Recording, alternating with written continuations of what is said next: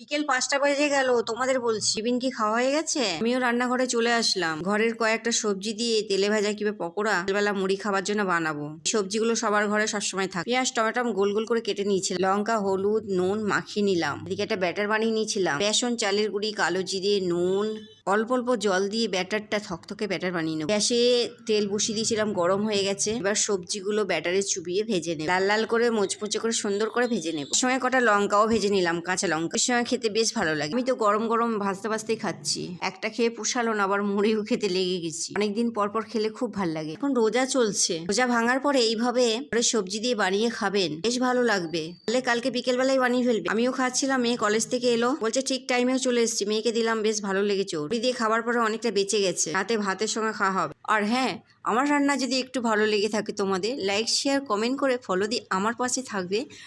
বন্ধুরা, জীবনের পথে এগোতে গেলে একটা পরিশ্রম করতে, সকলের ভালোবাসা না এগোনো যায় না। অবশ্যই একটু ভালোবাসা দিও। দেখা হচ্ছে নতুন ভিডিও।